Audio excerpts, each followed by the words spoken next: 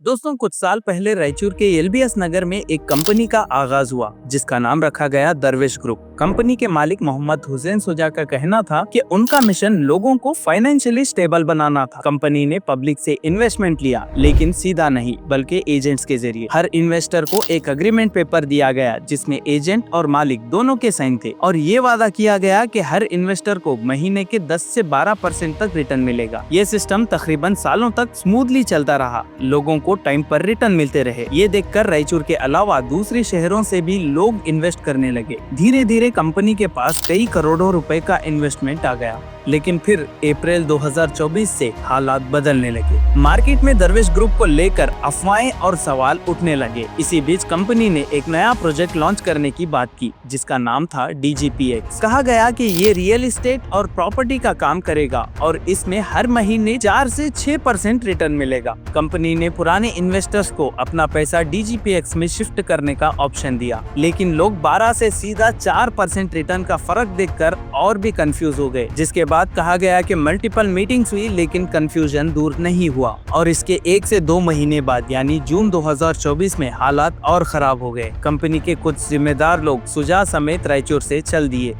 Office का system रुक गया। कंपनी के वकील एडवोकेट तारानाथ पब्लिक से रोज मिलकर समझाने लगे, लेकिन आवाम में हर रोज डर बढ़ता गया। और इसी दौरान एक इन्वेस्टर चंद्रू ने ऑफिस के सामने खुदकुशी करने की कोशिश की, जिसके बाद ये मामला CID तक पहुंचा। FIR दर्ज हुई और कंपनी के खिलाफ बट्स एक्ट के तहत केस बना, जिसके बाद कानूनी कार्रवाई शुरू हुई। दोस्तों, CID ने 3 अहम लोगों को छोड़ के कई एजेंट्स को जुडिशियल कस्टडी में भेज दिया। डिस्ट्रिक्ट कोर्ट ने बेल रिजेक्ट की, जिसके बाद मेन अक्यूज के एडवोकेट्स ने हाई कोर्ट में चैलेंज किया और बाकी बचे एजेंट्स को 4 महीने तक बेल नहीं मिली। लेकिन 4 से 5 महीने बाद डिस्ट्रिक्ट कोर्ट ने कुछ शर्तों के साथ बाकी एजेंट्स को बेल ग्रांट की और वहीं 8 महीने बाद 29 जनवरी 2025 को हाई कोर्ट ने केस पर स्टे लगा दिया कि जब तक डिसाइड नहीं होता कि बट्स एक्ट लागू होगा या नहीं, तब तक कुछ फाइनल नहीं होगा। और इन 8 महीनों के अंदर तब तक कंपनी के अकाउंट्स भी फ्रीज हो चुके थे। इन्वेस्टर्स रिफंड का इंतजार करते रहे और 3 महीने बाद यानी अप्रैल 2025 को कंपनी ने कोर्ट से अपने अकाउंट्स अनफ्रीज करने की अर्जी दी, लेकिन कोर्ट में टेक्निकल वजह से सुनवाई नहीं हुई और सीधा 16 अप्रैल को वकालतनामा फाइल हुआ। उसके बाद से कोई नई लीगल अपडेट नहीं आई और इसके बाद कुछ नए बिजनेस मॉडल्स मंजर-ए-आम पर आए हैं। कुछ दिन पहले एक नई कंपनी सामने आई जिसका नाम निफ्टी लैंड है, जिसमें नए बिजनेस आइडियाज और मंथली प्रॉफिट का प्रॉमिस दिया गया।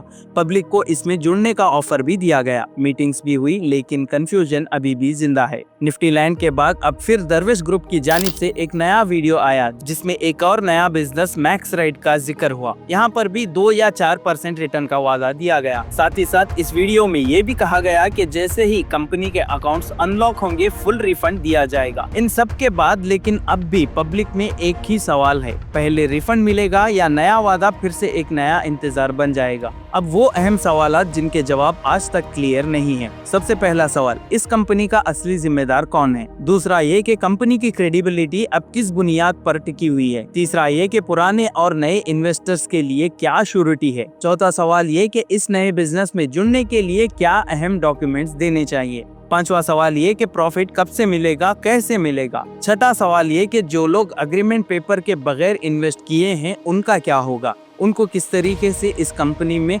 जोड़ा जा सकता है, किस तरीके से जुड़ सकते हैं? सातवां सवाल ये कि ग्राउंड लेवल पर इम्प्लीमेंटेशन कब शुरू होगा और कौन करेगा? आठवां सवाल ये कि अकाउंट्स कब तक अनफ्रीज हो सकते हैं? और आखिरी सवाल ये कि इन्वेस्टर्स को रिफंड मिलने का कोई क्लियर सिस्टम है या नहीं? इन सारे सवालों के अलावा लोगों में और भी सवाल बाकी हैं जिनके जवाब शायद मिलना बहुत जरूरी है। बहरहाल दोस्तों, आज दरवेश के नए वादों से ज्यादा पुराने सवालों का बोझ भारी है। जब तक जवाब नहीं मिलते, हर इन्वेस्टर का भरोसा एक नए इम्तिहान से गुजरता रहेगा।